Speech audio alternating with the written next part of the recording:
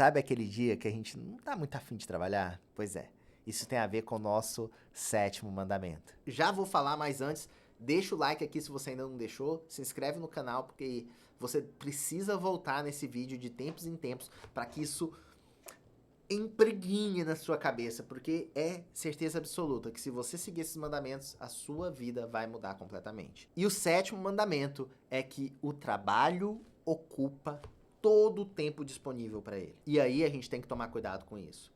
Porque se você quer prosperar, não adianta você prosperar financeiramente se você não prosperar nas outras áreas da sua vida. Se você não prosperar na saúde, se você não prosperar na família, se você não prosperar na espiritualidade, uma hora ou outra o negócio desanda.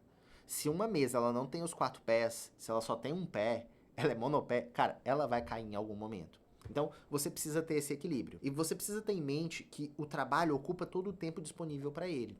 Se você deixar, acabou. Você está trabalhando 24 horas. Então, o que você precisa fazer? Você precisa ter subterfúgios, você precisa ter alternativas, estratégias para que o trabalho não ocupe todo o tempo disponível. Isso é até uma lei, chama Lei de Parkinson. Eu aprendi no livro Trabalho 4 Horas por Semana, do Tim Ferriss, e isso mudou completamente minha vida, inclusive as estratégias.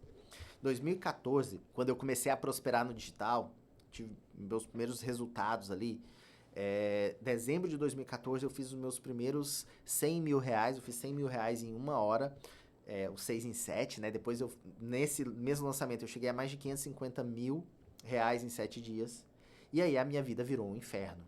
Que eu tinha muitos alunos, eu não tinha equipe, e eu comecei a trabalhar 12, 16, 18 horas por dia. Eu tava trabalhando muito. E aí eu parei para me questionar. Assim, peraí, Fagner. Você saiu do serviço público, você saiu da Assembleia para ter mais tempo, para ter mais liberdade. E você agora tá trabalhando mais, tá sendo mais escravo do que antes. Tem alguma coisa errada. E aí eu resolvi reler, né? Porque eu já tinha lido, eu resolvi reler o Trabalho 4 Horas por Semana, do Tim Ferriss. E aí eu falei, cara, eu não tô seguindo essa parada aqui. E eu olhei pra Lei de Parkinson. Nessa época eu li o Trabalho 4 Horas por Semana, A Única Coisa. Depois, mais pra frente, eu li o Essencialismo. Eu sempre busquei esses livros que me ajudam a ser mais produtivo em menos tempo. Eu quero ter mais tempo pra viver e não mais tempo pra trabalhar. Então, sempre que eu busco produtividade, não é pra gerar mais resultado em menos tempo para eu poder trabalhar mais. Não, é para gerar mais resultado para eu poder trabalhar menos. Gerar mais resultado em menos tempo de trabalho. E aí, da Lei de Parkinson eu entendi, cara, se eu sou empreendedor, eu trabalho home office, e isso é uma grande armadilha. Olha que louco, eu sou o cara que te ensina a ganhar dinheiro em casa, para você ter mais liberdade. E eu tô te falando que o home office é uma grande armadilha. Como assim, Fagner? O que eu faço? Pois é, você tem duas opções. Ou você vai para um coworking, e de todo jeito você tem que sair de casa para você poder ter o sair e voltar e deixar as coisas no trabalho. Ou você aprende a ocupar o seu tempo. Então, o que você vai fazer? Você vai preencher sua agenda com atividades que vão fazer com que o trabalho não tenha como ser executado. Então, o que eu fiz? Vou falar o meu exemplo. Primeira coisa, eu comecei a criar ciclos de trabalho. Então, eu trabalhava 2 horas focado, e dessas 2 horas bloqueia navegador para só acessar as páginas que eu posso acessar no trabalho, para não ficar navegando na internet, essas coisas. Então, bloqueia as páginas para não ficar rolando o feed do Instagram, até quando vê passou 2 horas, principalmente TikTok, né? Na hora que você viu, você tá 3 horas lá rolando o feed. Cara, durante essas 2 horas, o que eu vou fazer? Qual é a atividade que eu tenho que resolver? Então, vamos lá. Classificar as atividades que eu tenho que resolver nas atividades que vão me fazer andar. Porque tem 3 tipos de atividade. Tem as atividades que geram resultado, tem as atividades que não influenciam diretamente no resultado, mas precisam ser feitas, e tem as atividades que a gente não sabe que diachos a gente está fazendo, por que a gente está fazendo aquela parada. Essas que a gente não sabe diachos o que está fazendo, cara, elimina, tá?